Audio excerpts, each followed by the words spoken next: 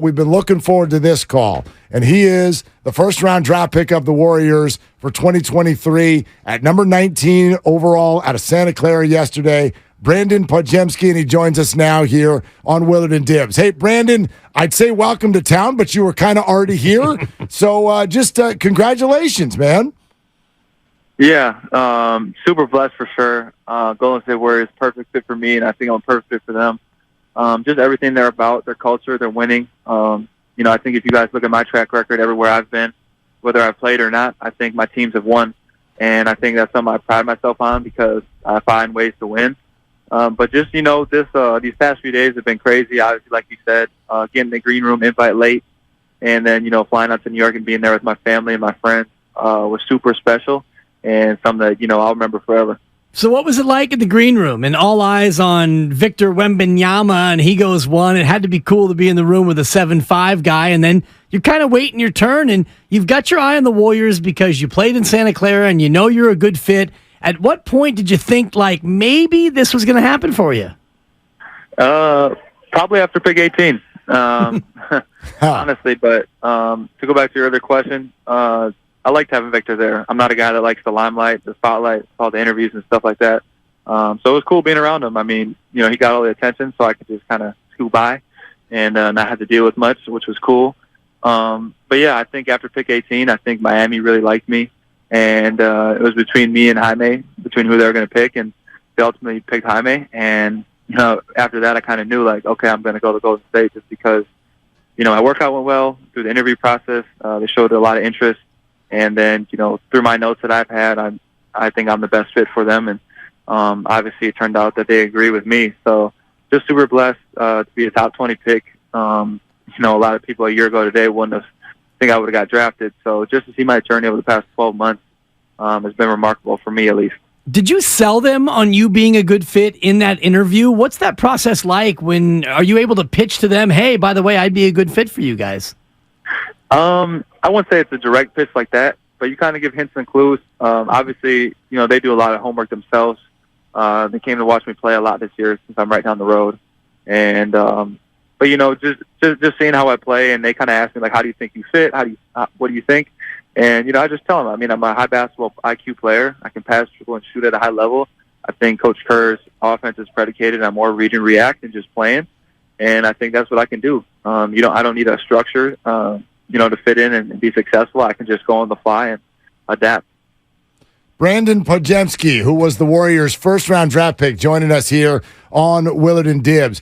It sounds to me like there was maybe even something more to that. When you talk about a connection with a team, you get to number 19. Did you actually know right away the Warriors were going to pick you? And what about your connection before the draft led you to think that? Yeah, I think, like I said, my interviews in Chicago went really well. I think just the connection and the relationship I built. Some of the teams, when you interview with them, it's more of like an interrogation. Whereas with the Warriors and a couple other teams, it was just a conversation, and it was just kind of get to know you, stuff like that. And it made you feel at ease. And so, with the Warriors and a couple of those other teams that really felt comfortable and I felt good with, I kind of knew they were going to be in the mix. And, coincidentally, they're all right around the same range in the draft, which was kind of ironic. But, it was just great. I really felt at home talking to them. I feel comfortable. I don't think I'm going to overstep. I just feel at home here. Have you had a chance to talk to Steph or Clay or any of the other Warriors since you've been drafted, or did you have a chance to interact with them in your time in Santa Clara, maybe going to a Warrior game or having them pop by Santa Clara? Yeah, I mean, I went to a lot of Warriors games this past year just because, I know Jalen from Santa Clara. I know Tyler Hero and Max Strus from Miami. So I got to go to quite a few games here, which is really cool. But obviously, ex-Warrior Patrick Baldwin, who just got traded, I played AAU with him for 2 years. So I know him a lot, talk to him about everything that, that you live in a rookie year. And obviously his path is a lot different than mine. But, yeah, I knew him. He's obviously not here anymore. Only me and Kavan are two left Milwaukee guys here. But Steph and Kavan both followed me on Instagram last night, which was pretty cool. Brandin Podziemski, the Warriors' first-round pick, with us here on Willard and Dibs. You've mentioned fit a couple of times, and I'd love to hear more about what it was they said to you that makes you think it was such a good fit. Like, they made some moves yesterday, a number of them, not just drafts, that seem to suggest there's a certain type of player that they're going after. So what was it about the Warriors that made you think it was such a good fit? Yeah, just their style of play. I'm a very unselfish guy. I think, my scoring numbers at Santa Clara were highlighted, obviously, as you see in most media coverage. But I think it was just because that's what I was asked to do. And if you gave me my choice, I'll take 0 points, 10 rebounds, and 10 assists all night. And I think that's kind of the player that Coach Kurt and his staff are looking for, just guys that are unselfish. If I'm open, I'm going to shoot it. If I'm not, I'm going to make the right play. And I think he likes guys that make basketball super simple. And I think all of his guys that he puts on the floor do that. And so, yeah, I mean, the trades yesterday, I don't know if that correlates with picking me, but, thankfully I'm here. And I can't wait to get started and go 8-0 in Summer League. Yeah, I love to hear that. And the team definitely needs a little bit more scoring without Jordan Poole. I want to ask you about your dad's reaction. We're going to play a piece of sound from after your draft pick was announced, your dad on the stage, and then tell me what you think of Pops and the way he reacted to your selection. A hard grinder, a dog. I mean, you're going to see some that just don't understand his work ethic. He went to a military school. If someone says jump, you don't ask how high you do it. He will run through a wall for this organization. He gets to have Steph with him. Priceless. Yeah, I mean, he's right.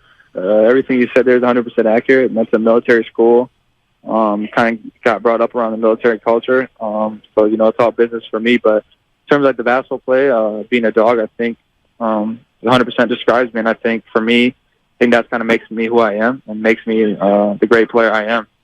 Because I do all those little things, like I said before, that don't necessarily show up in the box score, but impact winning at a high level. And I think when you have all-stars around you, you need guys like that that'll do the dirty work. Courtesy ESPN on that sound clip that we played. Brandin, speaking of family, your team manager is the son of one of our brethren here at 95.7 The Game in Daryl the Guru Johnson. So little Daryl Johnson, he mentioned earlier that he came on the show. He came on with Steiny and Goo earlier, said that you just started playing basketball in the 8th grade. Is this the case? Like, did you just pick up a ball 6 or 7 years ago for the first time? Yeah, 8th grade was the first year I really took it serious. Obviously, growing up in the kid, you play at recess and whatnot. But 8th grade was the year I was like, yeah, I really want to do this. So I kind of played baseball and basketball for a couple years, and then I kind of shut baseball out of my life, and I was like, this is what I really want to do. And so about the 10th, 11th grade, it was like, yeah, this is it. Like, this is what I'm going. This is all or nothing. I don't have no plan B, C, D, or E. This is my dream, and this is what I'm going to go for. And, nothing's been easy through my journey, as you guys have seen. But I found a way to get here, and I'm going to have to find a way to stay. And is that kind of what motivated you to leave Illinois, because you were so in love with basketball and you weren't getting the shot? And how did you choose Santa Clara of all the destinations when you got into the portal? Yeah, I think Illinois, I think it was more than that. Something's not given to me right away. My first instinct isn't to give up and try to go somewhere else. I think it was kind of the dialogue between me and the coach of what he envisioned my future being with the team, and it wasn't much. And for that, I entered the portal, and Santa Clara was the first school to call, and they knew they had a draft pick in Jalen. And immediately they told me, like, we need someone to fulfill Jalen's role. And for me, coming off a season where, I averaged, 1 point a game, for them to say, we want you to fill Jalen's shoes, I thought that was super special, just because, he's a lottery pick, right, number 12. And that, combined with the fact that Keyshawn Justice is from Madison, Wisconsin, and I kind of grew up around him and his family, it just kind of all made sense.